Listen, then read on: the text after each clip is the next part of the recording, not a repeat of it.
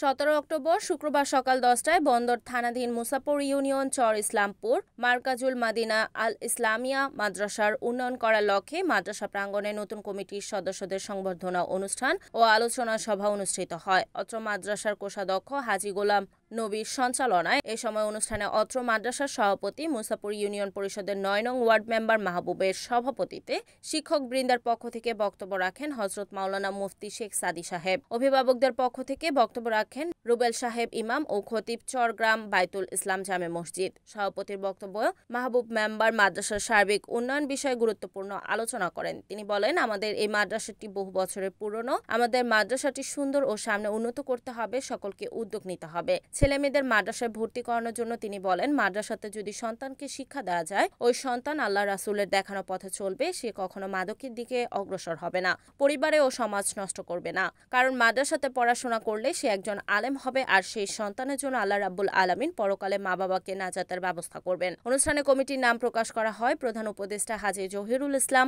10 সদস্য বিশিষ্ট উপদেষ্টা পরিষদ পদের হাজী ইলিয়াস মোল্লা মোশাররফ, আব্দুল সালাম। উপদেষ্টা হলেন সালামত মনির, মুজিবুর রহমান, রুহুল আমিন, আব্দুল হালিম আক্তার। নতুন কমিটির সভাপতি মাহবুব মেম্বার আবুল হোসেন তোতামিয়া, সহসভাপতি ইঞ্জিনিয়ার সোলাইমান, সাধারণ সম্পাদক হাজী মেজবাউদ্দিন সাহেব, যুগ্ম সাধারণ সম্পাদক কামাল, যুগ্ম সাধারণ সম্পাদক ইউসুফ। পরে অত্র মাদ্রাসার নতুন কমিটির সকলকে ফুলের শুভেচ্ছা প্রদান শেষে শিক্ষক শিক্ষার্থী ও অভিভাবকগণ নবগঠিত কমিটির সদস্যদের ফুলের আন্তরিক শুভেচ্ছা প্রদান করা হয়। আমাকে দিয়েছেন যে মাদ্রাসাটি ভাই, আমরা আমাদের পক্ষ থেকে যতটুকু পারি এই মাদ্রাসাটিকে আমরা প্রচারণায় কাজ করব।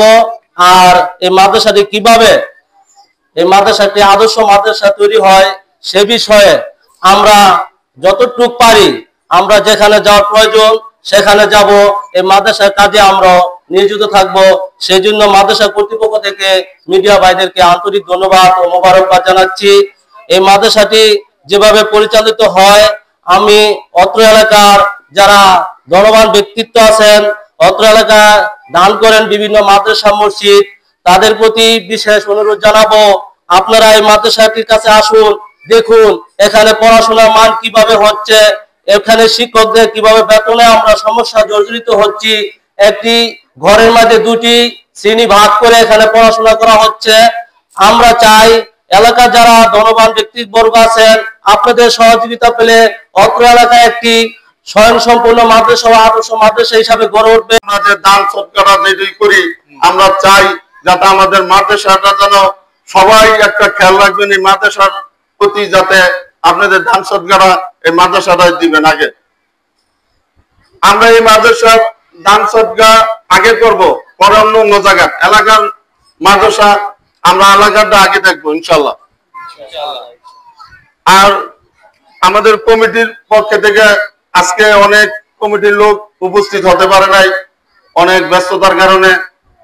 যেহেতু আজকে শুক্রবার অনেকে ব্যস্ততা ছিল, আশা করি আমাদের সামনের মিটিং এ সবাই উপস্থিত হবেন এবং আমাদের মাদ্রাসাটা উন্নয়নের যাতে খুব দ্রুত উন্নয়নের পথে আমরা যেতে পারি।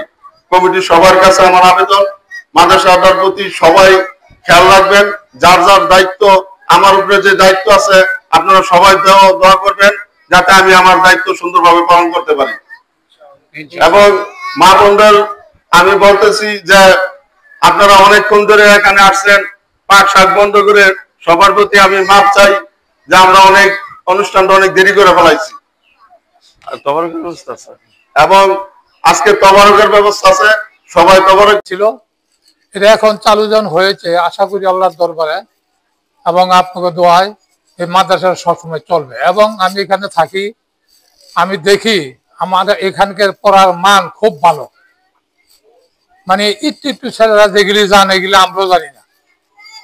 কি বলবো, ইনশাল্লাহ যেই কোনো প্রশ্ন জিজ্ঞাসা করবেন আমাদের ছাত্রদেরকে, ইনশাল্লাহ সেই উত্তর তারা দিয়ে দেবে। তো এখন আপনি সবাই চেষ্টা করবেন কিভাবে ছাত্রকে এখানে দেওয়া যায়।